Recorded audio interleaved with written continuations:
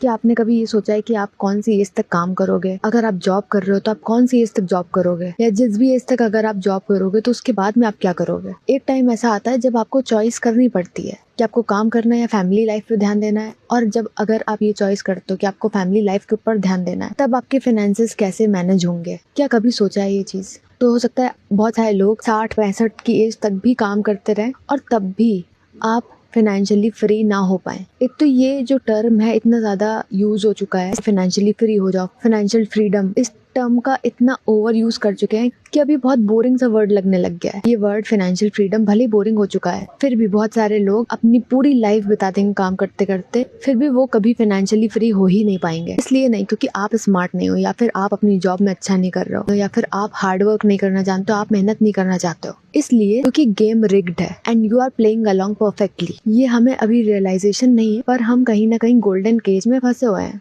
एक सोने के पिंजड़े में फंसे हैं, जहाँ पे आप अपने पेचेक से एडिक्टेड हो, सैलरी से एडिक्टेड हो। हर महीने सैलरी अकाउंट में आ जाती है और उसके बाद में 2-3 दिन में वो सैलरी खत्म हो जाती है। ईएमआईज भरते भरते, डेट भरते भरते, सब्सक्रिप्शंस का पेमेंट भरते भरते, या फिर जो नॉर्मल खर्चे होते हैं उनको भरते भरते वो सैलरी खत्म हो जाती है। और हम ये सोच रहे होते हैं that we are building a life, पर अगर हम क्लोजली जाके देखें, हम एक ऐसा लाइफस्टाइल क्रिएट कर चुके होते हैं जो हमसे चाहता है कि हम कंटिन्यूअसली अपनी लाइफ के एंड तक काम करते रहें। तो ये क्या फ्रीडम हुई? ये होता है एक सोने का पिंजड़ा जिसे हमने खुद सजाया होता है। आपको आपकी जॉब का लास्ट प्रमोशन शायद याद होगा, लास्ट रेज याद होगा, जहाँ पे आपको 3-4%, 5% आपको शायद रेज मिला होगा। तो उस रेज का आपके ऊपर क्या इम्पैक्ट हुआ, क्या असर हुआ? क्या आपकी लाइफ ईजी हो गई? क्या आपने ज़्यादा सेविंग करनी शुरू कर दी? क्या आपने इन्वेस्टिंग ज़्यादा करनी शुरू कर दी? नहीं, हमने अपने खर्चों की बेस लाइन को बढ़ा दिया। पहले शायद 40,000 रुपए खर्च करते होंगे, अब 45,000 रुपए खर्च कर रहे हैं। हमने कोई और नई चीज ले ली ईएमआई पे, हमने और ज्यादा खुद को बांध लिया कि हमें और ज्यादा जरूरत है उस जॉब की, अब हमारा उस जॉब के बगैर कोई गुजारा हो ही नहीं सकता। और इसको कहते हैं लाइफस्टाइल इन्फ्लेशन। और ये लाइफस्टाइल इन्फ्लेशन साइलेंट किलर होता है आपकी फाइनेंशियल फ्रीडम का। एक तो जो सबसे पहला अपनी जिंदगी का स्कैम हम झेलते हैं वो होता है एजुकेशन सिस्टम का स्कैम। और जो आज की डेट में लोगों के फाइनेंसेस इतने खराब होते हैं, लोग कर्जे में डूबे रहते हैं, उनकी कुछ गलतियां होंगी, पर जो फाउंडेशनल गलती है वो आती है कि हमें बचपन में कभी सिखाया नहीं जाता है कि पैसा काम कैसे करता है, टैक्सेस काम कैसे करते हैं। हमें बस ये बता दिया जाता है mitochondria is the power house of the cell. हमें पढ़ाई जा रही होती पाइथागोरस थ्योरम, पर जो सबसे ज्यादा जरूरी चीज है पैसा, टैक्सेस, ये सब कौन बताएगा? एक बेसिक सी चीज नहीं आती है हम लोगों को जिसको बोलते हैं बैलेंस शीट को पढ़ना, क्रेडिट डेबिट। इन सब के बीच में डिफरेंसेस बहुत लेट पता चलते हैं।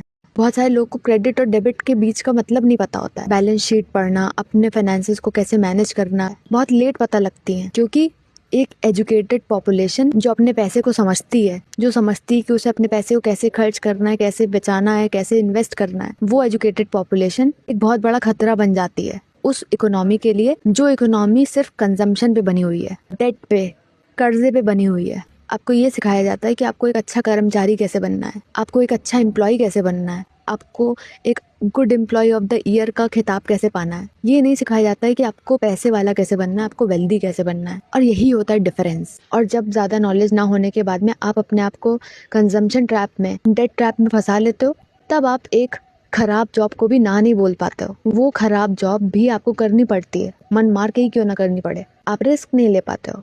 आप चाहे कितनी भी बेकार जॉब हो, आप उस जॉब को नहीं छोड़ पाते हो।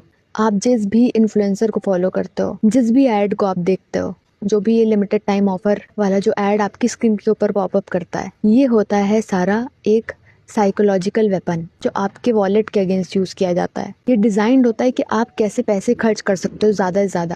डाला जाता है फोमो में, आपको डाला जाता है सोशल कंपैरिजन में। जब आप उस बाय नाउ वाले लिंक पे क्लिक करते हो तो जो डोपामिन हिट मिलता है उसके ऊपर ये पूरा साइकोलॉजिकल वेपन डिजाइन किया जाता है। और हम सबको कहीं ना कहीं लग रहा होता है कि ये सारी चॉइसेस हम बना रहे हैं, हम कर रहे हैं, पर नहीं, हमें फ्रेम किया जा रहा होता है। 90% इंडियंस की जो सैलरी है वो 25,000 से भी कम है।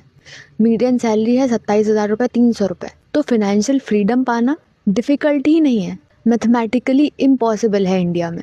फाइनेंशियल ईयर 22-23 का जो भी सेविंग्स रेट है वो ऑल टाइम लो पे है, 5.2%। और जो हाउस होल्ड कर्जे का जो रेट है वो ऑल टाइम हाई पे है, 5.7%। तो जितना ज्यादा लोग बचा नहीं रहे हैं उससे ज्यादा लोग उधार ले रहे हैं, उससे ज्यादा कर्जा ले रहे हैं। जब मैक्सिमम मेजोरिटी 25,000 रुपये, 27,000 रुपये कमा रही है, तो उसके लिए फाइनेंशियल इंडिपेंडेंस का सोचना, वो पहली बात फाइनेंशियल इंडिपेंडेंस, फाइनेंशियल फ्रीडम सोच ही नहीं सकते हैं, उनके लिए दूर की बात हो गई है। अगर वो 27,000 रुपये 25,000 रुपये कमा रहे हैं, सबसे पहले उन्हें सेविंग करनी पड़ेगी लगभग 5,000 रुपये की, और वो सेविंग करनी पड़ेगी 31 सालों तक। तब कहीं जाकर के वो 25,000 27,000 वाला इंसान 90 लाख रुपए बचा पाएगा 31 साल बाद। और उसमें इन्फ्लेशन भी जोड़ना पड़ेगा आपको, उसमें उसकी इनकम ग्रोथ भी जोड़नी पड़ेगी, और जो रिटर्न मिलेगा 10% 12% वो अलग। और तब तक परचेजिंग पावर कहाँ आ जाएगी उसका नहीं पता है। और 90 लाख बहुत बड़ा नंबर लग सकता है, पर 30 साल बाद 31 साल बाद 90 लाख की वैल्यू आज के 10-15 लाख जितनी होगी। इसीलिए जो मिडिल क्लास इंसान है वो कभी कैचअप कर ही नहीं पाएगा। मतलब कि मिडिल क्लास इंसान को फाइनेंशियल फ्रीडम के बारे में, फाइनेंशियल इंडिपेंडेंस के बारे में वो सोचना ही अफोर्ड नहीं कर सकता है।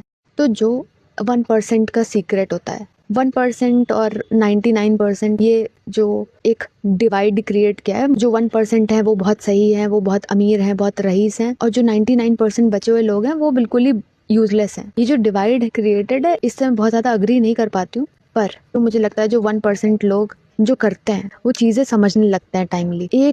सिर्फ एक इनकम पे वो नहीं रिलाई करते हैं, ना ही वो कर सकते हैं, उन्हें पता है। कंपैरेटिवली जो ज़्यादा पैसे कमा रहे होते हैं, जो वेल्दी हो चुके होते हैं अपने कमाए पैसे से टाइम पे, वो ये चीज़ समझ जाते हैं कि जो पैसे वो कमाएंगे वो सबसे ज़्यादा टैक्स करी जाएगी। जो उनकी अर्नड इनकम होगी उसके ऊपर हार्डेस्ट टैक्स होगा, और वो स्केलेबल सबसे स्लो होगी। इसीलिए वो बिजनेस ओनरशिप पे ध्यान देते हैं, इन्वेस्टमेंट इनकम पे ध्यान देते हैं, रियल एस्टेट्स में ध्यान देते हैं, स्टॉक ऑप्शंस पे ध्यान देते हैं, जहाँ पे मिडिल क्लास के लिए अपने खुद के खर्चे चलाने मुश्किल हो जाते हैं, और वो कर्जे में डूबा रहता है मोस्ट ऑफ द टाइम। और उसी के उलट वेल्दी लोग होते हैं, वो अपने बिजनेस लोन को लेकर के अपने बिजनेस को स्केल कर रहे होते हैं। और मिडिल क्लास जो सेक्शन है उसकी इतनी ज़्यादा मजबूरी रहती है कि वो सिर्फ अपने बारे में सोच रहा होता है कि आज का दाल रोटी पानी कैसे आएगा, इस महीने राशन चल जाए, इस महीने स्कूल की फीस जमा हो जाए। वो सिर्फ इतना ही सोच पा रहा होता है। उसी के उलट जो वेल्दी इंसान होता है वो जनरेशनली सोच रहा होता है, उसे अपने बारे में सोचने की जरूरत ही नहीं है, वो आगे आने वाली जनरेशन के बारे में सोच रहा होता है। तो इन्फ्लेशन होगा, टैक्सेस लगेंगे, आपकी सैलरी उसी